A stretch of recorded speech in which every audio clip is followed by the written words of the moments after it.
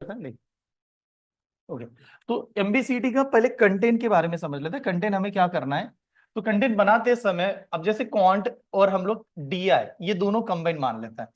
ठीक है, जैसे एलआरडीआई कहा जाता है, बट हम लोग क्वांट डीआई कर रहा हूँ।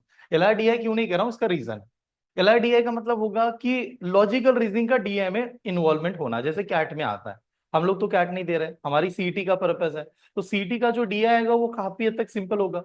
और सिंपल होगा तो वो किसके ऊपर डिपेंड होगा, तो क्वांटिटी एप्टीट्यूड के ऊपर डिपेंड होगा। डीए का लास्ट सेशन हम लोगों ने कंडक्ट भी किया था। तो कहीं ना कहीं आपको महसूस हो रहा होगा कि यार परसेंटेज आया था सर, परसेंटेज वाला टॉपिक ज्यादातर लगता है, रेशो आता है। रेशो के साथ में कुछ ऐसे टॉपिक लग रहे थे कि एवरेज लग रहा था, एवरेज फाइंड करने के लिए आ रहा था। तो हम लोग क्यूएडीआई कर रहे हैं। क्यूएडीआई मिला के इसका वेटेज हमारे पास में 50 है, 75 है। 75 क्वेश्चन 75 मार्क्स के लिए ये दो ही बन रहा है। तो अब इसका कंटेंट क्या है, कौन सा कंटेंट रेफर करना चाहिए, ठीक है। तो मैंने कहा क्वांटिटी एप्टीट्यूड को 3 पार्ट में डिवाइड कर देता है। ठीक है, एक होगा सभी के सभी बेस्ड ऑन द परसेंटेज वाले टॉपिक, जिसमें आपको सभी परसेंटेज के ऊपर डिपेंड करेगा। अब बेस्ड ऑन परसेंटेज कर रहा हूं, परसेंटेज नाम का टॉपिक नहीं कर रहा हूं मैं। तो परसेंटेज आ गया, प्रॉफिट एंड लॉस तब बनेगा। प्रॉफिट एंड लॉस के बाद में एएसआई, सीआई और इंस्टॉलमेंट। इंस्टॉलमेंट बहुत रेयर आएगा लेकिन आ सकता है। तो इसके क्या करना है, ये 10 साल के क्वेश्चन पेपर रेफर करेंगे। आप 10 साल के क्वेश्चन पेपर उठा के देखोगे ना, आपको लगेगा कि ज्यादा कंटेंट ही नहीं थे। वो मैंने पीडीएफ आपका सेंड कर दिया 10 ईयर का, वो एक हो गया। उसके बाद में सेकंड टॉपिक है आपका based on the ratio. Ratio में जितने भी टॉपिक है उसका 10 साल का कंटेंट आपको उठाना है। तो रेशो एंड प्रोपोर्शन है, एवरेज है, एलिगेशन मिक्सचर है, पार्टनरशिप है, प्रॉब्लम्स ऑन एज है। दीज आर द टॉपिक जिसपे सवाल होते हैं। ठीक है, तो ये कंटेंट हो जाएगा। फिर आएगा based on the time factor. अब टाइम फैक्टर के ऊपर डिपेंडेंट जितने भी कंटेंट है वो देखना है। तो इसमें क्या आएगा, टाइम स्पीड डिस्टेंस है, ट्रेन है, बोट एंड स्ट्रीम आएगा।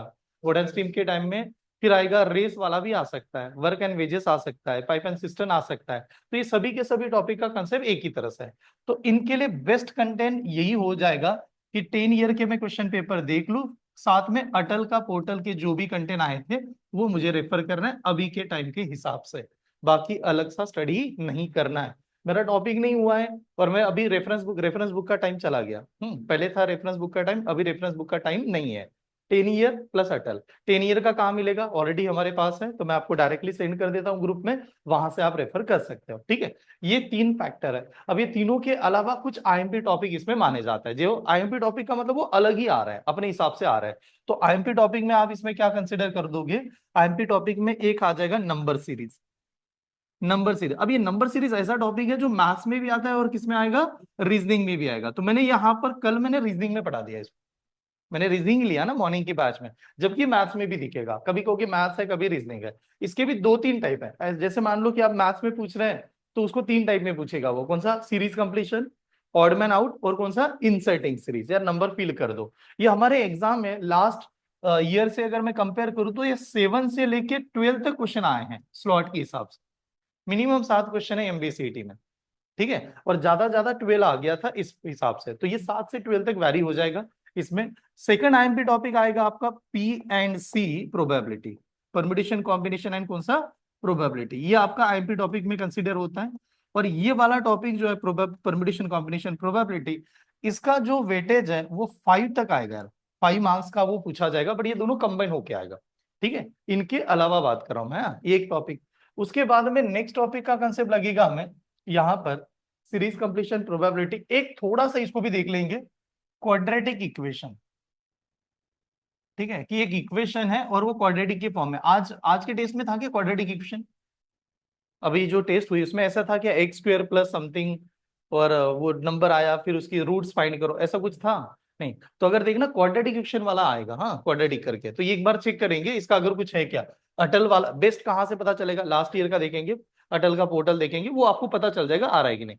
आएगा तो ये आईएमपी में जा सकता है। ठीक है, उसके बाद में एक टॉपिक है फिर उसको ज्योमेट्री एंड साथ में क्या करेंगे, मेंसुरेशन। ज्योमेट्री एंड मेंसुरेशन, देखो ये जब पढ़ाया जाता है तो इसको रेगुलर बैच में करीबन 30 या 40 लेक्चर, 30 से 40 सेशन लगता है। ज्योमेट्री में बहुत बड़ा वास्ट है, ट्राइंगल है, रेक्टेंगल है, स्क्वायर है वगैरह, बहुत बड़ा सिलेबस है। लेकिन अगर आपने ये उस समय पढ़ा, आपने जल्दी ज्वाइन किया होगा, तो आपने कहीं ना कहीं ज्योमेट्री मेंसुरेशन पढ़ा होगा। सर जल्दी ज्वाइन नहीं किया था, अभी ज्वाइन किया, लेट हुआ है, तो उस समय कैसे करना है। तो मैं रेगुलर बैच में इसका क्लासेस कंटिन्यू कंडक्ट करूंगा। नोट्स पीवाईक्यू सब कुछ रेडी है। ठीक है, तो ज्योमेट्री मेंसुरेशन मिला के इसको कितना मार्क्स आएगा, 5 से लेके 10 तक जा सकता है स्लॉट के हिसाब से। ठीक है, इसमें भी ज्यादा कितना आएगा, 5 आएगा, उससे ऊपर जा नहीं पाएगा। तो ये पूरा सेट है, इस प्रकार से जाना है। कंटेंट मैंने आपको पहले बता दिया, वही रेफर करना है जो यहाँ पर लिखा गया है। 10 साल के क्वेश्चन पेपर प्लीज अटल। ठीक है, डीआई इसमें कवर हो गया। डीआई आने के बाद में अब होगा आपका रीजनिंग का स्लॉट। और रीजनिंग में हम लोगों ने बात किया, रीजनिंग में अलग अलग टाइप है। मैं थोड़ा रीजनिंग को नहीं कम ऊपर ऊपर से बता देता हूँ आपको, रीजनिंग में कैसे पढ़ रहा है। रीजनिंग में एक लॉजिकल है, एक एब्स्ट्रैक्ट है। लॉजिकल में वर्बल नॉन वर्बल कंबाइन होता है। ठीक है, तो हम लोग रीजनिंग को कहेंगे, रीजनिकल में मुझे लॉजिकल है और मेरा साथ में आ रहा है वर्बल एंड नॉन वर्बल, ये साथ में आएगा। तो ये टॉपिक पहले आप देख लो कि ये टॉपिक आपके बने हैं या नहीं, पता है टॉपिक का खाली नाम बता रहा हूँ। Blood relation, direction sense, coding decoding, input output. ठीक है, इनपुट आउटपुट के बाद में I think is a next topic is input output हो गया, ऑर्डरिंग एंड रैंकिंग। ठीक है, दिस आर द टॉपिक। हाँ, ये 5 टॉपिक इसमें आएंगे पक्का। उसके बाद में सबसे आईएमपी टॉपिक इसमें क्या आएगा, seating arrangement. Seating arrangement and साथ में क्या चलेगा, puzzle. Seating arrangement and puzzle, इन दोनों को कंबाइन कर दो तो ये टॉपिक आपका 20+ मार्क्स में जाएगा। 20 क्वेश्चन तो हम पास आने ही वाले हैं, मिनिमम 20, उससे ज्यादा आएगा ही आएगा। ठीक है, मिनिमम 20। एंड साथ में और एक इसका छोटा सा पार्ट है रीजनिंग का, जिसको कहते हैं एब्स्ट्रैक्ट रीजनिंग। एब्स्ट्रैक्ट का मतलब होगा खाली डायग्राम, डायग्राम आया था सर, और ये कितने 25, ये भी फिक्स है। ठीक है, डायग्राम में हम लोगों ने मॉर्निंग की बैच में मैंने पढ़ाया था, देखिए water images, mirror images, series वगैरह, नंबर वगैरह ऐसे। तो ये 25 क्वेश्चन है। ठीक है, तो ये इसको इस प्रकार से स्प्लिट करना है।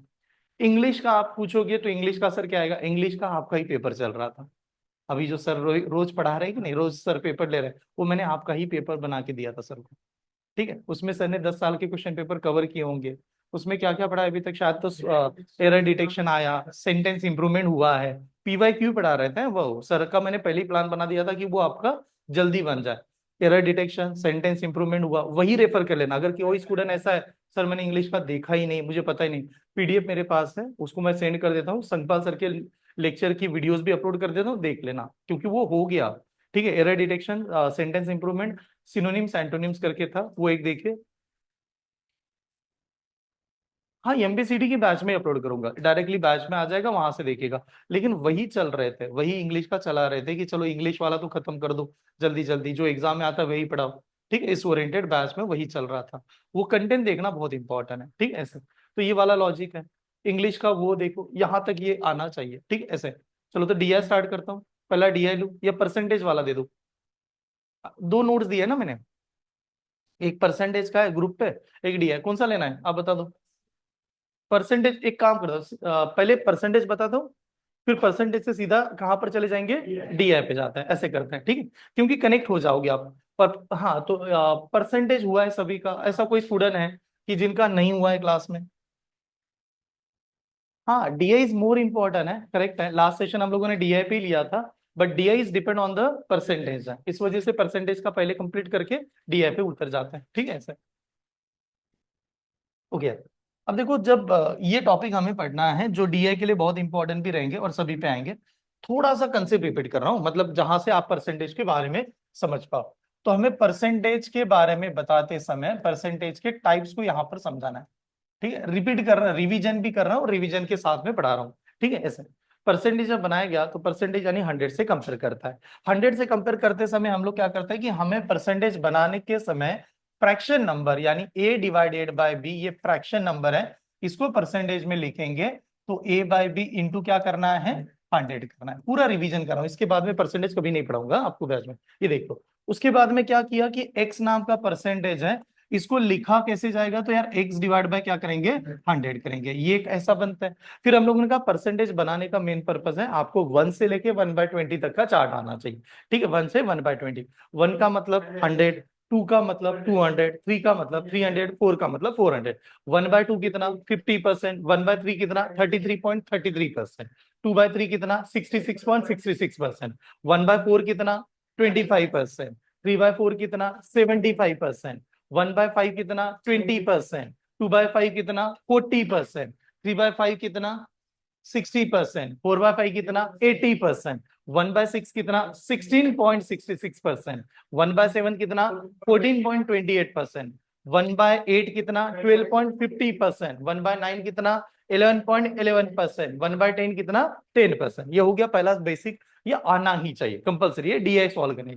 फिर 1/11 कितना 9.09%, 1/12 कितना 8.33%, 1/13 कितना 7.69%, 1/14 कितना 7.14%, 1/15 कितना 6.66%, 1/16 कितना 6.25%।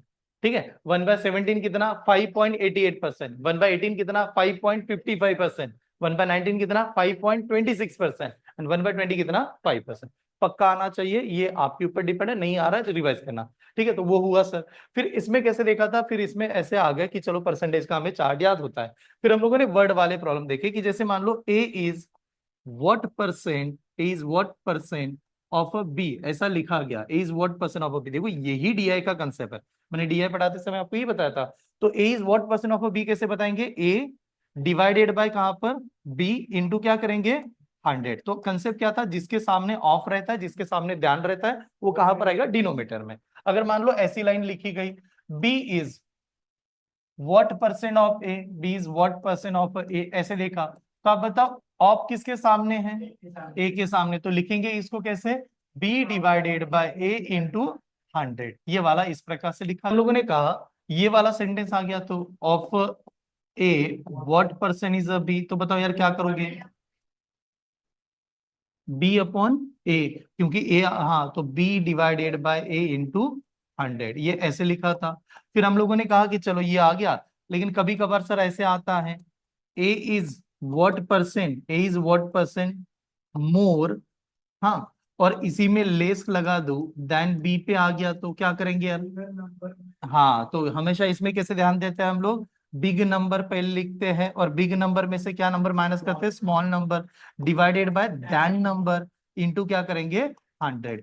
तो ये वाला बेसिक था कि इसमें हमें इस प्रकार से आना है। ठीक है, ये वाले थे कंटेंट, इसे हम लोग इसे प्रेजेंट करते हैं। ठीक है, अब देखो आपको क्या नोट्स नहीं बनाने, नोट्स कभी नहीं बनाने, कैसे करना है, मैंने लेक्चर अटेंड किया है, क्या मुझे याद आ रहा है, अगर मुझे याद आ रहा है तो मैं नहीं लिखूंगा, हाँ मैं तो याद ही नहीं कर पा रहा हूँ तो लिखना है। ठीक है, मैं डिपेंड कर रहा हूँ, मैं ऐसा रुकूंगा नहीं बीच में कि हाँ नो लिखो, नहीं रुकूंगा। आप या चेक कर लो आपको याद है, नहीं लिखना ही नहीं है, आगे बढ़ जाएंगे। याद ही नहीं है तो फिर लिखना है, ठीक है, इस प्रकार से। तो ये एक पैटर्न था। फिर साथ में सेकंड क्या था, हम लोगों ने देखा कि कभी कभार क्या होता है ना, ये साइड बढ़ गया ये भी बढ़ गया, इंक्रीज इंक्रीज, फिर एक इंक्रीज एक डिक्रीज, टाइप नंबर 2। हाँ, टाइप नंबर 2 में परसेंटेज में इंक्रीज हो रहा है, तो बता सकते हैं फॉर्मूला क्या लगा रहता है, पहला वाला x% से इंक्रीज हुआ, एक वाला x% से इंक्रीज हो जाएगा, दूसरा वाला y% से इंक्रीज होगा बेस्ड ऑन द 2 पैरामीटर वाला कंटेंट। तो कंबाइंड रिजल्ट क्या आ जाएगा, क्या करते थे x plus y plus x into y divided by 100। ये ऐसा लिख दिया था कि यार इंक्रीज वगैरह ऐसा है दोनों का कंबाइंड। ठीक है, दूसरा अगर पहला वाला x% से सर इंक्रीज हुआ है, ठीक है, दूसरा वाला y% से डिक्रीज हुआ है, तो इनका कंबाइंड रिजल्ट कैसे आएगा, x minus y plus x into minus y divided by 100। तो इंक्रीज का मतलब प्लस है, डिक्रीज का मतलब माइनस है। अगर यहां पर लिखा कि पहला वाला x% से डिक्रीज है, दूसरा वाला y% से डिक्रीज है, तो रिजल्ट क्या आएगा, minus x minus y plus minus x into minus y divided by 100। तो ऐसे हम लोग इसे सॉल्व कर रहे थे, तो इस प्रकार से सॉल्व करना है जहां पर आंसर दे दिया जाए। ठीक है, तो परसेंटेज ये वाला कंसेप्ट था। उसके बाद में परसेंटेज के टाइप्स खाली बता देता हूँ, परसेंटेज के टाइप्स किस पे आ रहे थे। एक तो बेसिक कैलकुलेशन आएगा, फिर एक आएगा क्वांटिटी के ऊपर, जिसको हम लोगों ने कहा था कि क्वांटिटी ओरिएंटेड आएगा कि यार प्राइस इतने से कम हो गई, इतने से बढ़ गया वगैरह, ये वाला सवाल थे। ठीक है, ये कहा जाएगा। उसके बाद में था कंपाउंडिंग इफेक्ट वाला कंसेप्ट था। कंपाउंडिंग का मतलब यही जो हम लोग अभी डिस्कस कर रहे हैं, पहला नंबर बढ़ा फिर डिक्रीज हुआ फिर और कुछ तो हो गया, इस कंपाउंडिंग इफेक्ट था। फिर उसके बाद में इसमें क्या था, इनकम एक्सपेंडिचर, और क्या आया था, सेविंग, इनकम एक्सपेंडिचर सेविंग वाले कंसेप्ट आएंगे, ये वाला आया था। फिर क्या आया था, सेल्स एंड कमीशन भी आ सकता है, sales and commission oriented concept आ सकते हैं। ठीक है, तो ऐसे बहुत सारे टाइप इसमें देखना है। ठीक है, ये वाला कंटेंट है। Then is the next topic is profit and loss. Profit and loss को थोड़ा डिवाइड करो। पहली प्राइस कौन सी होती है प्रॉफिट एंड लॉस में, manufacturing cost, and manufacturing cost को कहते हैं कौन सी, ओरिजिनल प्राइस। ठीक है, ओरिजिनल प्राइस। हाँ, अब ओरिजिनल प्राइस आ गई, ओरिजिनल प्राइस के बाद में क्या आता है, कॉस्ट प्राइस। उसके बाद में क्या होता है सेलिंग प्राइस। अब जो प्रॉफिट का फॉर्मूला लिखते हैं वो क्या होता है selling price minus cost price. Loss का फॉर्मूला बताओ, cost price minus selling price. लेकिन अगर किसी भी पर्सन को प्रॉफिट होगा लॉस होगा, कौन सी कीमत तय करेगी, कॉस्ट प्राइस तय करेगी। इस वजह से लॉस प्रॉफिट परसेंटेज अगर आता है, प्रॉफिट परसेंटेज अगर आता है तो क्या लिखेंगे, profit divided by cost price into 100। अगर मुझे बताया गया कि लॉस परसेंटेज फाइंड करना है तो लॉस परसेंटेज फाइंड करते समय loss divided by cost price into 100 कर देंगे।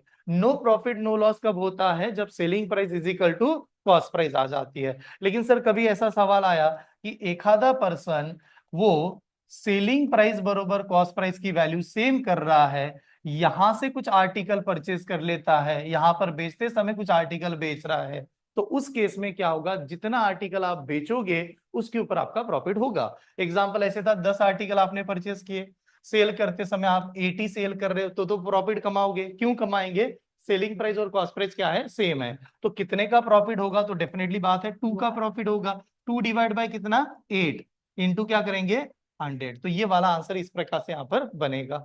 तो ऐसे हम लोगों ने देखा था, ये वाला कंसेप्ट बताया था। इसके साथ में मैंने ये भी आपको बताया था इसी टॉपिक में, कोई भी पर्सन ऐसा होगा कि जो पर्सन दो सिमिलर आइटम सेल कर रहा है और दोनों की यहाँ पर दो सिमिलर आइटम सेल करते समय एक में X% का प्रॉफिट हुआ और एक में X% का लॉस हुआ, और दोनों की सेलिंग प्राइस दी है या कॉस्ट प्राइस दी है, दोनों का यहाँ पर कॉस्ट प्राइस दी है, फर्स्ट स्टेप में कॉस्ट प्राइस दिया, तो पहला कंडीशन क्या होगा, नो प्रॉफिट नो लॉस। अगर कॉस्ट प्राइस दिया है तो हाँ नो प्रॉफिट नो लॉस होगा। लेकिन अगर सेलिंग प्राइस दिया है तो, सेलिंग प्राइस दिया है तो हमेशा क्या होगा, लॉस ही होगा। कितना लॉस होगा, X² डिवाइडेड बाय 100%, इतना लॉस होगा। ये था प्रॉफिट एंड लॉस का कंसेप्ट खाली। ठीक है, इसमें हम लोगों ने एग्जाम्पल तो बहुत अच्छा सॉल्व किया, खाली फॉर्मूला रिपीट कर दे रहा हूँ। उसके बाद में नेक्स्ट कंसेप्ट चले गए SI and CI, simple interest compound. अभी चल ही रहा है, सिंपल इंटरेस्ट खत्म किया, अभी सिंपल इंटरेस्ट को रिपीट करने की जरूरत है। सिंपल इंटरेस्ट का फॉर्मूला PRN डिवाइड बाय 100, ये की फॉर्मूला है, सीधा आसानी से बनाओगे। कंपाउंड इंटरेस्ट का कहना है इंटरेस्ट ऑन इंटरेस्ट चलेगा। ठीक है, तो ऐसे चलिए तो यार नोट स्टार्ट करते हैं। चलो तो स्टार्ट करते हैं, पहला सवाल आपके सामने दिखा देता हूँ, आप खाली देख लीजिएगा आपको क्या लग रहा है, मैं यहाँ पर खाली चेक कर लीजिएगा। हाँ ग्रुप में ऑलरेडी सेंड किया है ये नोट्स, इनिशा ग्रुप में सेंड किया हुआ है, प्लीज देखिए, जल्दी जल्दी सॉल्व करना है ना। ठीक है, देखो कैसे दिए। मोहन स्पेंड 20%, हाँ ये लाइन देखना, Mohan spend 20% of his monthly income on a food food article, 30% of the remaining, ये वर्ड इंपॉर्टेंट है, 30% किसका, रिमेनिंग ऑन अ ट्रांसपोर्ट। ठीक है, and spend 50% of the remaining after spending on the food and transport on the article. ठीक है, and spend 50% of the remaining, ठीक है, कब, after spending on the food and transport on the other article. ठीक है, after spending the food and transport on other article, other के ऊपर, the difference between the amount spend by him on the food and transport is a 2400 rupees. 2400 rupees ये food and transport के ऊपर क्या है, difference है। Difference between the amount spend on the food and transport is 2400, then how much did he spend on the other article, other article पे कितना खर्चा किया है। थोड़ा घुमा दिया इस कंटेंट पे, लेकिन ये जरूर कहेंगे स्टार्टिंग में मोहन ने 20% किसके ऊपर खर्चा किया, फूड आर्टिकल, फूड आर्टिकल के ऊपर। तो कैसे मान लेता है कि 100 रुपीज उसकी अर्निंग है, 100 उसकी अर्निंग है, फूड के ऊपर तो उसने कह दिया कि फूड के ऊपर जो भी जाएगा तो वो 20% जाएगा, 20 है ना, ठीक है 20 चला गया, तो बचा उसके पास 80 होगा, 80 होगा। फिर वो कह रहा है 30% of the remaining are the transport के ऊपर, ट्रांसपोर्ट के ऊपर तो 30% खर्चा कर रहा है, तो हम लोग कहेंगे बचा उसके पास 80 है। ये स्टेप समझ में आ रही है, तो 80 अगर उसके पास बचा है तो ट्रांसपोर्ट के ऊपर 30% रिमेनिंग का जाएगा। 80 का 10% 8 रुपए, 30% करेंगे तो 8 इंटू 3 करना पड़ेगा, यानी कितना 24, तो 24 उन्होंने खर्चा कर दिया ट्रांसपोर्ट पे। ये क्लियर है यहाँ पर सभी को।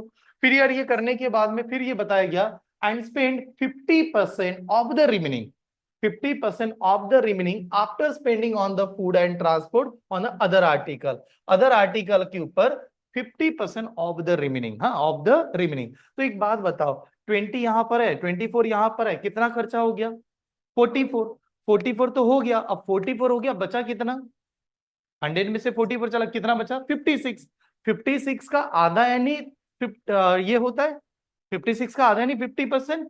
ठीक है, तो अदर कितना होगा? 56 का हाफ बताओ कितना होता है? 56 का हाफ कितना? 28। 56 का हाफ 28 होगा कि नहीं? तो 28 वो अदर पे कर रहा है। ये स्टेप समझ में? यहां तक ऐसे दे दिया, कंटेंट ही थोड़ा अलग है ना। चलो, तो ये दे दिया। हमें क्या बताया था कि इन दोनों का डिफरेंस कितना बता रहा है? इन दोनों का डिफरेंस कितना बता रहा है? What is the difference given? 2400। तो मैं कहूंगा यार इन दोनों का डिफरेंस तो 4 का है, तो 4 यूनिट की वैल्यू 2400 की है। तो हमें पूछा गया कितना वो अदर आर्टिकल पे खर्चा करेगा। अदर तो 28 है, तो 28 की वैल्यू कितनी आएगी? ऐसे, ठीक है। तो जब ये सॉल्व करेंगे तो सॉल्व करते समय 4 1 जार 4 कितना? 7 जार। 7 से मल्टीप्लाई करेंगे तो एक्स की वैल्यू 0 0 कर देंगे। 7 4 जार 7 4 जार 28। 28 से क्या देंगे? 8 यारी कितना? 2। 7 2 जार 14। 14 प्लस 2 16। तो आंसर कितना आएगा? 16800 आना चाहिए। 16800 वाला ऑप्शन है क्या? नहीं है। Answer none of this. घबराना नहीं है, मैथ्स में टाइम लगने ही वाला है। तो खाली पेपर देख लो आप, हाँ, कि कैसे आ रहे थे। 1 मिनट लगेगा टू, और मेन टॉपिक है आपका जो भी आंसर है। हाँ, बताओ यार, किसी का आंसर है?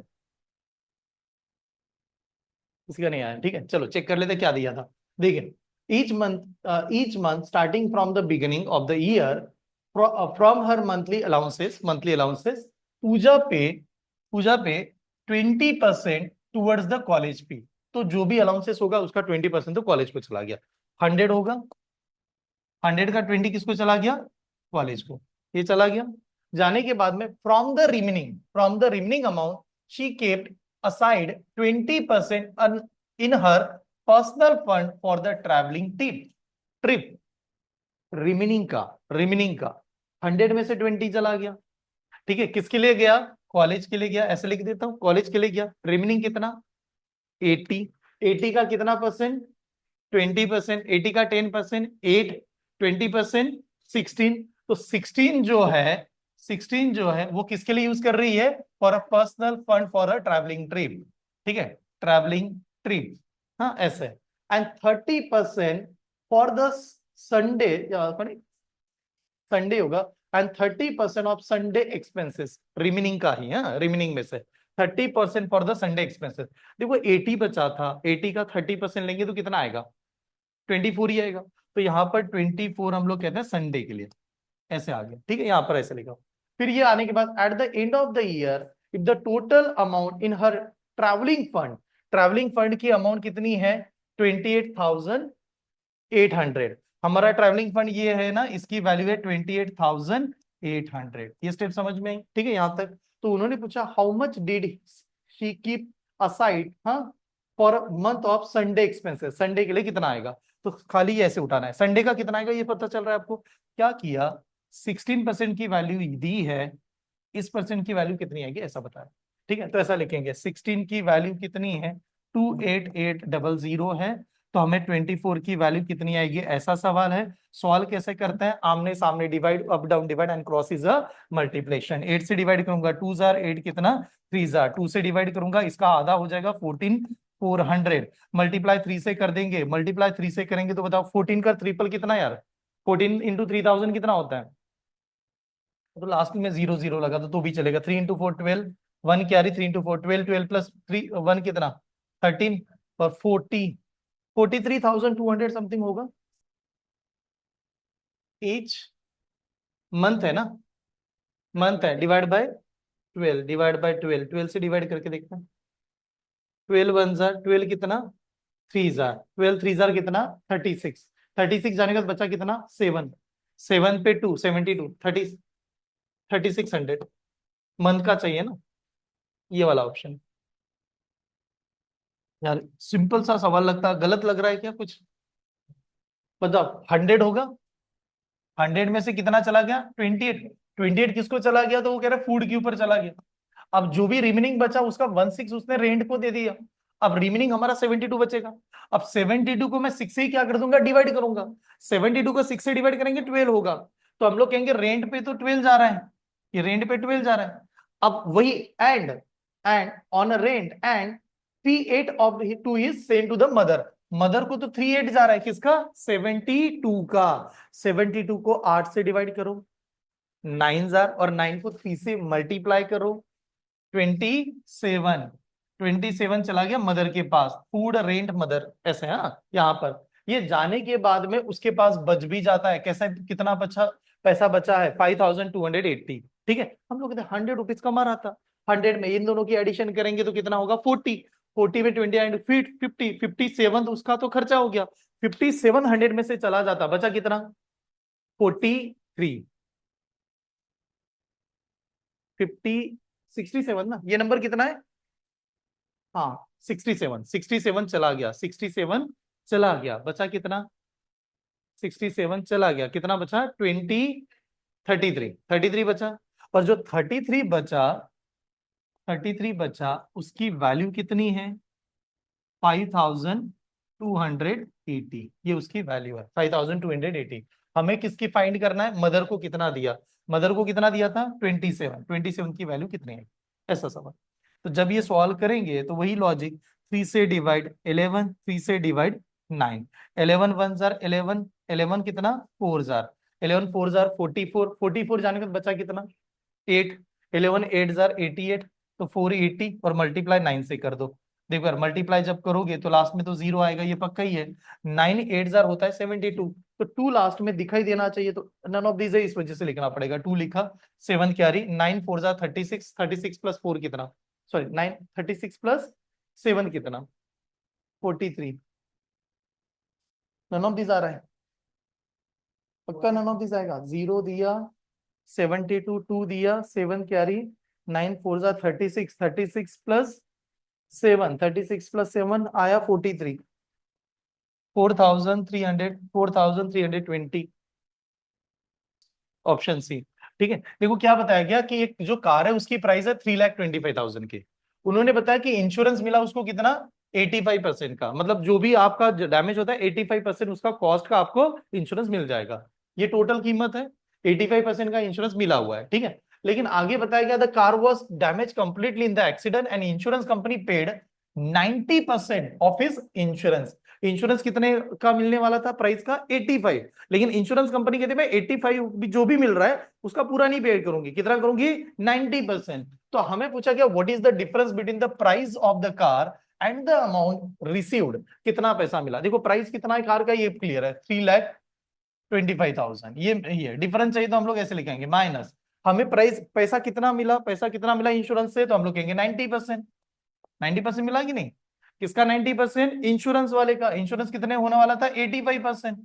और किसका होने वाला था? 3,25,000 का। ये वाला ऐसे सवाल था। ठीक है, 3,25,000 का। व्हाट इज द डिफरेंस दोनों में? क्या होगा? 3,25,000 बाहर भी ले सकते हैं, ले सकते कि नहीं? तो अगर मैंने 3,25,000 बाहर ले लिया, 3,25,000 बाहर ले लूं, तो यहां पर जो नंबर है वो क्या होगा? मेरा 1 होगा। और माइनस ये 0 0 कैंसिल करूंगा, हाँ। यहां पर 5 से डिवाइड करेंगे तो 17, सही है ना। और 5 से ये कितना? 20, तो 9 19 17, और इधर मल्टीप्लाई करेंगे। ठीक है, अब देखो ये नंबर 9 इंटू 7 कितना? 63, 3 6 कैरी, 9 1 जार 9, 9 और 6 कितना? 9 और 6 कितना? 15, तो 153 होगा। और डिवाइडेड बाय ये होगा 200 का। और ये हमें सॉल्व करना है। ठीक है, अब खाली ऐसे ही जब चीजें आती है तो आप ये मल्टीप्लाई करेगा उसमें से ये नंबर जाएगा, ऐसे लिखेंगे ना। तो मैं खाली ऐसे कर देता हूं, देखो आप एक स्टेप में भी बढ़ा सकते हो। 200 में से 153 माइनस कर दो, 200 में से 50 माइनस करो, 150 माइनस करो, 50 बचेंगे। 50 में से 3 भी चला गया, 47 बचेंगे। तो ऊपर जो नंबर है ना, इसी नंबर को ऐसे भी लिख सकता हूं कि ये नंबर काट के क्या लिख दूंगा? 47 डिवाइडेड बाय कितना? 200, ऐसे भी लिख दूंगा। 0 0 यहां से 2 जीरोस गायब कर देंगे, 2 जीरोस गायब, इसके 2 जीरोस गायब। 2 से डिवाइड कर देंगे, तो 2 से डिवाइड करेंगे तो इसका हाफ होगा 1, ये 6, ये 2 और ये 5, ये बना। इंटू कितना आ रहा है? 47, ऐसा नंबर बनेगा। अब इंटू 47 आ रहा है, यानी बात होगी कि मल्टीप्लाई करेंगे तो इनमें से लास्ट वाला नंबर 5 होगा। क्यों 5 होगा, देखो ये समझ लीजिए, इसका आखिरी नंबर है 5, इसका आखिरी नंबर 7, 7 इंटू 5 जा 35, आखिरी में 5 होना जरूरी है। पहला ऑप्शन नहीं आ सकता, बी ऑप्शन नहीं आ सकता, डी ऑप्शन नहीं आ सकता, दो ऑप्शन बचे। दोनों ऑप्शन में से करेक्ट कौन सा आएगा, डिजिट एडिशन करेंगे, नहीं तो मल्टीप्लाई कर दो। डिजिट एडिशन लगा देता है, देखो 1 + 6 कितना, 7 + 2 कितना 9, 9 + 5 कितना 14, 14 यानी कितना 5, ये इधर 5 बनेगा, इंटू 4 + 7 कितना 11, 11 यानी कितना 2, 5 × 2 करोगे तो 10 आएगा, 10 का मतलब 1 आना चाहिए। डिजिट एडिशन 1 जिसकी आती है वही आंसर है। 7 6 13, 13 + 3 16, 16 + 7 16 + 7 23, 23 + 5 28, 28 का मतलब 10, 10 का मतलब 1, सी आंसर है। मल्टीप्लाई करो नहीं तो ऐसे लगा दो, ठीक। पता है आप एकदम नोट्स बनाने में बिजी हो एकदम, अरे पीवाईक्यू पढ़ा रहे हैं, एग्जाम है एक हफ्ते में, क्या मैं दिमाग से कर सकता हूँ, क्या मैं न लिखते हुए चलता हूँ, वो स्पीड बढ़ती है, ऐसे नहीं सॉल्व करना है पूरा फॉर्मूला लगाओ ये लगाओ। टोटल वोट्स कितने, 100, 100 में से कितने लोगों ने वोट नहीं किया, 8% तो किया ही नहीं है, तो 100 में से 8 तो चला ही गया, बचे कितने 98, 92, 92 में से विनर को तो 48 ही मिल गए।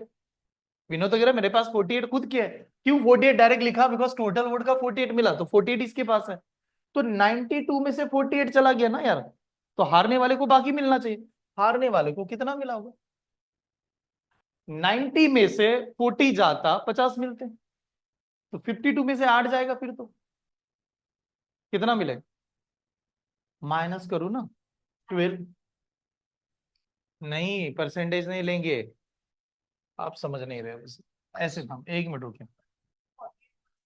अरे परसेंटेज टोटल का बोला है, 100 लोग है सर, 100 में से 8 लोगों ने वोटिंग नहीं की है, ठीक है, जीतने वाले को कितना मिला है 48, किसका मिला है 48 का, टोटल का, अगर टोटल का मिला है तो 100 में से ही मिला है, ये जीतने वाला पर्सन है, ठीक है, हारने वाले को बाकी मिलेगा, हारने वाला पर्सन यहां पर मिलेगा, तो मैं ऐसा भी कह सकता हूं 8 + 48 कितना, 8 + 48 56, तो 100 में से 56 चला गया, बचा कितना 44, तो 44 ही हारने वाले को मिला था, तो ये 3 कैटेगरी हो गए, वोटिंग नहीं किया, जीतने वाला पर्सन, हारने वाला पर्सन है।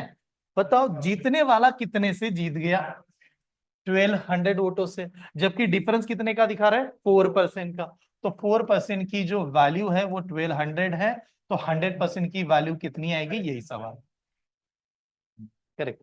तो डायरेक्टली बना सकते थे 4 1 जा 3 जा 300, 300 इंटू मल्टीप्लाई कर दो 30,000, लिखने से अच्छा जल्दी जल्दी सॉल्व करने पे ध्यान दीजिए, पास जाएंगे, हाँ b is the right option. ये वाला देखिए 50% of x - y 30%, okay then what percent of x y, देखो ये वाली लाइन में ऐसे देख लेना, बताओ ये परसेंट परसेंट कॉमन कैंसिल, ये कैंसिल हो गया, ठीक है, तो x, हाँ x + y की वैल्यू कितनी आ गई 5, और x - y की वैल्यू कितनी आ गई 3, एडिशन करेंगे तो 2x की वैल्यू कितनी 8, तो x की वैल्यू 4, अगर x की वैल्यू 4 है तो y की वैल्यू कितनी होगी 1, y की वैल्यू 1 है, हमें पूछा गया परसेंटेज ऑफ किसके सामने है, x के सामने, तो 1/4 इंटू 100, 25%, 25% आंसर है, ये वाला आंसर था, ठीक है बस। देखिए Arun present age is 40% of Banu's age, Arun की जो प्रेजेंट एज है 40% है बानु की, बताओ 40% को क्या लिखेंगे 2/5, अरे ये तो आप 2/5, तो हम लोग कहेंगे अरुण टू बानु इनका रेशियो क्या बना 2/5, ठीक है, फिर कहते हैं another few year Arun age will be half of the Banu's age, few year के बाद में, कुछ साल के बाद में अरुण की एज बानु के क्या हो जाते हैं हाफ बन जाते हैं, रेशियो क्या बना 1/2, ठीक है, by what percent will be the Banu's age increase during this period, Banu की एज कितने से बढ़ गई ड्यूरिंग दिस पीरियड में, ये वाला बताएगा। देखो मैथ्स क्या कहता है, इसके ऊपर पहले ध्यान देना, मैथ्स कहता है आप एज बढ़ाओ लेकिन डिफरेंस क्या होना चाहिए, सेम आना चाहिए, डिफरेंस अलग अलग नहीं कर सकता है, जबकि डिफरेंस देखा जाए तो यहां पर डिफरेंस कितने का है 3 का है, और यहां पर डिफरेंस तो 1 का है, तो इसको 3 का डिफरेंस दिखाना पड़ेगा, और 3 का डिफरेंस दिखाने के लिए इसको 3 से मल्टीप्लाई करेंगे, इधर 3 से मल्टीप्लाई करेंगे तो 6 होगा, ये स्टेप समझ में आई? फ्यूचर में एज का डिफरेंस। अब मैं कह सकता हूं कि अगर मेरा ये नंबर इस प्रकार से आ रहा है, तो अब इसने कहा what percentage will the Banu's age increase, Banu की एज कितने से बढ़ी ड्यूरिंग दिस पीरियड। हाँ, तो बानू की पहले नंबर कितना था बता दो, 5। आज का नंबर कितना है 6, कितना बड़ा 1 divide by 5 into 100, what is the answer? 20%। 20% बड़ा, सी इज द ऑप्शन। ठीक है। In the month of June the railways policy police caught 400 ticketless traveler. In the July, the number is raised 5%. However, due to the constant vigil of the police and the railway staff, the number reduced by the 5%. And in a September is further reduced by the 10%. Okay. The total number of ticketless traveler caught in the month of September was कितने थे?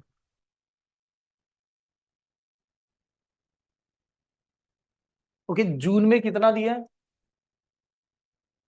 नहीं, 4000। जून में 4000 है। जुलाई में कितने से बढ़ गया? 5 से बढ़ गया, ये इंक्रीज कर रहा है, राइज। हाँ, फिर उसके बाद में बताया गया कि उसके बाद में 5 जुलाई के बाद में सीधा आ गया कहां पर? सितंबर में। सितंबर में कितने से कम हुआ है? 5% इन सितंबर।